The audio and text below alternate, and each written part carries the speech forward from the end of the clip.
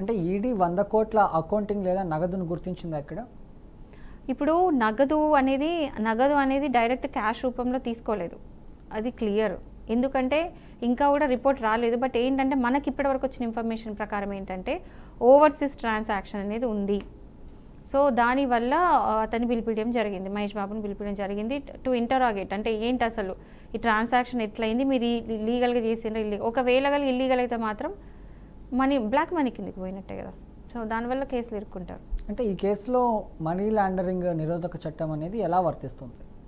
ఈ కేసులో ఎట్లా వర్తిస్తుంది అంటే, ఫస్ట్ థింగ్ లీగల్గా అంటే ఏంటి, బ్యాంక్ డైరెక్ట్గా ట్రాన్సాక్షన్ అవ్వడము, దానికి సంబంధించిన ట్యాక్స్ కట్ అవ్వడము, పర్పస్ చూపించడం, దేనికోసం వేసిరని చూపించడం. బట్ ఏంటంటే ఇక్కడ ఏంది, ఏదో తెలియని అంటే అన్ఆథరైజ్డ్ ట్రాన్సాక్షన్ జరిగింది ఇక్కడ. అంటే బయట కంట్రీ నుంచి, దుబాయ్ ఎగ్జాంపుల్, దుబాయ్ అనుకుందాం, దుబాయ్ నుంచి జరిగిన ట్రాన్సాక్షన్. సో అక్కడ నుంచి ఇక్కడికి మేబీ హవాలా కూడా అయ్యే ఛాన్సెస్ ఉన్నాయి. సో వాళ్ళ డౌట్ ఏంటంటే హవాలా ఏమో అని చెప్పేసి. సో హవాలా అయితే మాత్రం బ్లాక్ మనీ కింద మనీ లాండరింగ్ కేసు కింద ఆయన ఇరుక్కుంటారు. అంటే ఈ ప్రత్యేకమైన కేసుల్లో అరెస్టులు లేదా అంటే నిర్బంధించడాలు ఇవన్నీ జరిగే అవకాశాలు ఉన్నాయంటారా? ఒకవేళ కనుక ఇది ఇల్లీగల్ ట్రాన్సాక్షన్ అంటే మాత్రం ఖచ్చితంగా అరెస్ట్, ఎందుకంటే ఇది నాన్ బెయిలబుల్ అఫెన్స్ కాబట్టి ఇమీడియట్గా హ్యాండ్ ఓవర్ చేసుకుంటారు. బట్ ఒకవేళ అలాంటి ఏదైనా ప్రాబిలిటీ ఉంది, అలా అయ్యే ఛాన్సెస్ ఉంది, లేకపోతే అట్లాంటిది ఏమన్నా ఇల్లీగల్ అంటే మహేష్ బాబు గారు తెలిసి ఉంటుంది కదా, ఒకవేళ ఇల్లీగల్ ట్రాన్సాక్షన్ లేకపోతే కేసులు ఇరుక్కునే ఛాన్సెస్ ఉన్నాయి అని అన్నప్పుడు యాంటిసిపేటరీ బెయిల్ తీసుకోవచ్చు. అంటే ఇక్కడ మహేష్ బాబు గారు బ్రాండ్ అంబాసిడర్గా ఉన్నారు దీనికి. అంటే మహేష్ బాబు గారి యొక్క పాత్ర ఎలా ఉంటుంది ఈ కేసులో? ఇప్పుడు ఏంటంటే చాలామంది సెలబ్రిటీస్ దేనికి యాడ్ చేస్తున్నామని చూడకుండా ఎంత ఇస్తున్నారని చూడడం జరిగిందని ఇది ఒక ఎగ్జాంపుల్.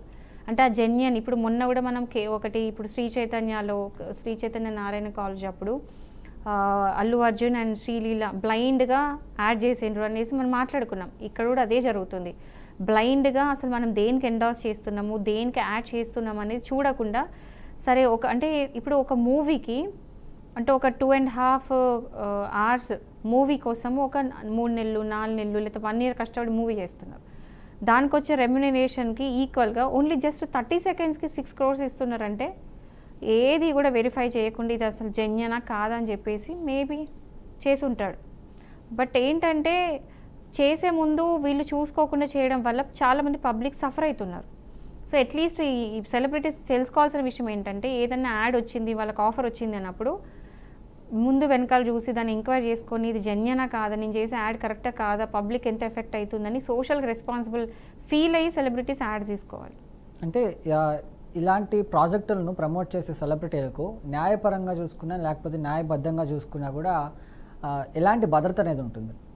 భద్రత ఏముండదు. ఎందుకంటే ఇప్పుడు కన్జ్యూమర్ ప్రొటెక్షన్ యాక్ట్ అనేది ఒకటి ఉంది. యాక్ట్ ఏంటంటే ముందు కన్జ్యూమర్స్ రైట్స్ని ప్రొటెక్ట్ చేస్తుండే. బట్ ఇప్పుడు ఏం చేస్తుందంటే 2019లో ఎస్పెషల్ చాలా కంప్లైంట్స్ వెళ్ళింది. అంటే గవర్నమెంట్ సెంట్రల్ గవర్నమెంట్కి కంప్లైంట్స్ ఏం పోయినాయి అంటే సెలబ్రిటీస్ చాలా మిస్లీడింగ్ యాడ్స్ చేస్తున్నారు, దానివల్ల నష్టపోతున్నారని చెప్పేసి, ఈవెన్ బెట్టింగ్స్ ఇవన్నీ కూడా మిస్లీడింగే. సో ప్రతిదీ మిస్లీడింగ్ అవుతుందని చెప్పేసి సివియర్ కంప్లైంట్స్ పోయినాయి. కన్జ్యూమర్ ఫోరంకి కంప్లైంట్స్ పోయినప్పుడు 2019లో ఒక అమెండ్మెంట్ జరిగింది, కన్జ్యూమర్ ప్రొటెక్షన్ యాక్ట్ 2019లో. దాంట్లో ఏంటంటే మెయిన్ వచ్చిన చేంజెస్ ఏంటంటే సెలబ్రిటీస్ని టార్గెట్ చేయడం. ఎవరైతే మిస్లీడింగ్ అడ్వర్టైజ్మెంట్ చేస్తున్నారో, మిస్లీడింగ్ అంటే ఏంటి, కరెక్ట్ చెప్పాలంటే ఉన్నది లేనట్టు, లేనిది ఉన్నట్టు, ఉన్నది చూపించాలి. అట్లీస్ట్ కొంచెం వేరియేషన్ పర్లేదు, కానీ కంప్లీట్గా చీట్ చేసే విధంగా, అంటే పబ్లిక్ని మొత్తంకి ఫూల్ చేసే విధంగా చేయొద్దు. ఒకవేళ అట్లా ఇర్రెస్పాన్సిబుల్గా కానీ సెలబ్రిటీస్ చేస్తే వాళ్ళకి ఫస్ట్ టైం 1 crore ఫైన్ వేస్తారు. ఒకవేళ ఫస్ట్ టైం తర్వాత సెకండ్ టైం అలా థర్డ్ టైం కూడా అదే రిపీట్ చేసి ఇంకా చేస్తూ ఉంటే వాళ్ళకి జైలు శిక్ష.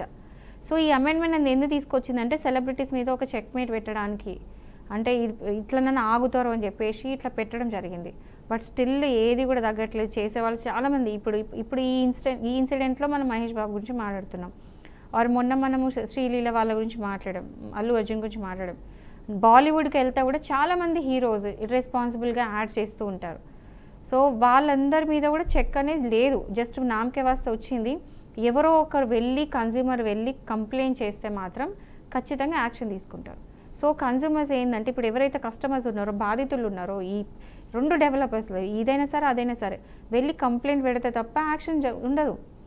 ఇంట్లో కూర్చొని నాకేదో జరగాలి, మంచి జరగాలి, నాకు జస్టిస్ జరగాలి, నా డబ్బులు నాకు వెనక్కి రావాలి, లేకపోతే కనీసం ల్యాండ్ రిజిస్ట్రేషన్ కావాలి అనుకుంటే కుదరదు, వెళ్ళి కేసు పెట్టాలి. అంటే ఇక్కడ కేసు పెట్టడానికి వెళ్ళినప్పుడు కూడా కానీ, అంటే కేసు పెట్టాలనుకున్నా కూడా అక్కడ అవతల వైపు ఉన్న వాళ్ళు సెలబ్రిటీలు కానీ, డబ్బున్న వాళ్ళు కానీ, హోదా ఉన్న వాళ్ళు కానీ అయ్యుండ సందర్భాలు ఉన్నాయి. అంటే ఇలాంటి సందర్భాల్లో ఒక సామాన్యుడు వెళ్ళి కేసు పెడితే ఆ చట్టంలో ఇది వాళ్ళకి కరెక్ట్గా న్యాయం జరుగుతుందంటారా? ఖచ్చితంగా జరుగుతుంది, ఎందుకు జరగదు? ఇప్పుడు ఈ కేసులో ఏంటంటే ఆల్రెడీ ఇంతమంది ప్రజలు వచ్చి ముందు మీడియా త్రూ కంప్లైంట్ అనేది చేసిండ్రు. ఇంకొక స్టెప్ బాకీ ఉన్నది, అంటే ఇంకో స్టెప్ ముందుకెళ్ళి కంప్లైంట్ కూడా పెట్టాలి, పోలీస్ స్టేషన్ కంప్లైంట్ పెట్టాలి, కోర్టుకి వెళ్ళి కేసు పెట్టాలి, ఏమంటారు రేరా యాక్ట్, ఇప్పుడు ఏదైతే సెక్షన్ 3 కింద, చీటింగ్ కేసు కింద, అన్ని కేసెస్ కింద పెడితే ఇప్పుడు ఎంతమంది బాధితులు ఉన్నారు మొత్తం అందరు కలిసి ఉమ్మడిగా వెళ్ళి కేసు పెడితే ఖచ్చితంగా న్యాయం జరుగుతుంది, ఎందుకు జరగదు? అండ్ సెలబ్రిటీస్ ఏదైతే ఉందో సోమోటో కోర్టు కూడా తీసుకోవచ్చు. అంటే ఈ యాడ్స్ చూసి ఏంటి మిస్లీడింగ్ ఉందని చెప్పేసి, లేకపోతే ఇట్లాంటి నష్టాలు అయినప్పుడు, ఇట్లాంటి డ్యామేజెస్ అయినప్పుడు ఎవరైనా వెళ్ళి కేసు అయినా పెట్టాలి, లేకపోతే సోమోటో కోర్టు కూడా తీసుకోవచ్చు. బట్ ఏదైనా ఈ సమ్వన్ హ్యాస్ టు స్టార్ట్, అంటే ఎక్కడో అక్కడ స్టార్ట్ అవ్వాలి కాబట్టి ఎవరో ఒక సిటిజన్ వెళ్ళి కంప్లైంట్ అనేది పెట్టొచ్చు. సో ఇప్పుడు చూస్తేనైతే సెలబ్రిటీ మహేష్ బాబు మీద ఆల్రెడీ కేసు అయింది, జస్టిస్ అనేది జరుగుతుంది, జస్టిస్ జరగదంటూ ఎక్కడ ఉండదు. అంటే ఇక్కడ పెట్టుబడిదారులు కానీ, కొనుగోలుదారులు కానీ, కొన్న వాళ్ళు కానీ, లేకపోతే దాని మీద పెట్టుబడి పెట్టిన వాళ్ళు కానీ, వాళ్ళ పరిస్థితి ఏంటి ఇప్పుడు? వాళ్ళ పరిస్థితి ఒక్కటే, అలా దీనంగా ఇలా కూర్చునే కంటే ధైర్యంగా వెళ్ళి కంప్లైంట్ పెట్టండి. ఎందుకంటే నేను మార్నింగ్ షోలో కూడా చూసిన చాలామంది, అంటే ఎవరైతే కంప్లైనెంట్స్ ఉన్నారో వాళ్ళు ఎలా భయపడుతున్నారంటే, మేము మిడిల్ క్లాస్ వాళ్ళము, ఓకే, సో మాకు వాళ్ళు కూడా భయపెట్టిస్తున్నారు, మీతో ఏమవుతుంది, మీతో ఏమి కాదు, మీరు జస్ట్ మిడిల్ క్లాస్ వాళ్ళు, మేము హైఫైలో ఉన్నాము, మేము క్రోర్స్లలో ఉన్నాము, మీతో ఏమవుతుంది, మీరు కేసు పెట్టిన పెద్ద ఒరిగేది ఏం లేదన్నట్టు వాళ్ళు బెదిరియడం, వీళ్ళు భయపడ్డం. ఏంటంటే బ్లాక్మెయిల్ లాగా, ఒక ఎమోషనల్ బ్లాక్మెయిల్ లాగా చేస్తే వీళ్ళు ఏం ఫీల్ అవుతున్నారంటే, ఈ క్లయింట్స్ కూడా అరే నేను వెళ్ళి కోర్టులో కేసు పెడితే నాకేం న్యాయం జరగకపోవచ్చు, నేను పోలీస్ స్టేషన్లో కంప్లైంట్ పెడితే ఏం న్యాయం జరగకపోవచ్చు, ఇట్లా జరగవచ్చు అని అనుకుంటున్నారు. కానీ కాదు, యాక్చువల్లీ చాలా కేసెస్, అంటే నేను ల్యాండ్ మార్క్ కేసెస్ చెప్తున్నాను, వెళ్ళి చూస్తే కోర్టులో మనకు తెలుస్తుంది ఎన్నో కేసెస్ ఇట్లాంటి ఫైల్ అయినాయి, వాళ్ళకి శిక్ష పడింది, ఖచ్చితంగా న్యాయం అనేది జరుగుతుంది. బట్ ఎవరో ఒకరు వెళ్ళి కంప్లైంట్ పెట్టండి అని చెప్తున్నాను అయితే. అంటే ఇక్కడ బాధితులు ఎవరైతే ఉన్నారో వాళ్ళకు న్యాయపరంగా అందుబాటులో ఉండే న్యాయమైన మార్గాలు ఏంటి మేడం? సింపుల్గా ఏం చేయొచ్చు అంటే వెళ్ళి పోలీస్ స్టేషన్ కంప్లైంట్ పెట్టడం. ఫస్ట్ ఏం చేయొచ్చు అంటే వెళ్ళి దగ్గరలో ఉన్న పోలీస్ స్టేషన్లో కంప్లైంట్ పెట్టడం కూడా cheating case, section 318 of BNS act, false promises 318, clause 2 of BNS act, 314 criminal breach of trust, ఇవన్నీ వేయొచ్చు. సో ఈ కేసెస్ అన్నీ ఈ సెక్షన్స్ కింద వేస్తే ఖచ్చితంగా పోలీస్ కంప్లైంట్ తీసుకోవాల్సిందే. లేదు పోలీసులు కంప్లైంట్ తీసుకుంటలేరు, మీరు అసలు వింటలేరు, వాళ్ళు సెలబ్రిటీస్ కదా మేనేజ్ చేసుకుంటున్నారు, పోలీస్ వాళ్ళు వింటలేరు అంటే మీరు వెళ్ళి డైరెక్ట్గా కోర్టులోనే ప్రైవేట్ కంప్లైంట్ పెట్టొచ్చు. అది అంటే మీరు ఒకవేళ ప్రైవేట్ కంప్లైంట్ పెడితే కనుక కోర్టులో అది ఇంకా ఫాస్ట్గా జరుగుతుంది. ఎందుకంటే పోలీస్ నుంచి కోర్టు తర్వాత అంటే ఒక స్టెప్స్ ఉన్నాయి. బట్ డైరెక్ట్ ప్రైవేట్ కంప్లైంట్ వెళ్తే అక్కడ ఏంటంటే జడ్జి గారు డైరెక్షన్స్ ఇస్తారు పోలీస్ స్టేషన్కి, అక్కడ నియర్ బై పోలీస్ ఏదైతే జ్యూరిస్డిక్షన్ ఉందో ఆ జ్యూరిస్డిక్షన్ పోలీస్ వాళ్ళకి ఏమంటారు ఇన్స్ట్రక్షన్స్ ఇస్తారు, వెళ్ళి మొత్తం ఇంటరాగేషన్ చేసి రిపోర్ట్ సబ్మిట్ చేయమని చెప్పేసి. సో ఫాస్ట్గా అవుతుంది.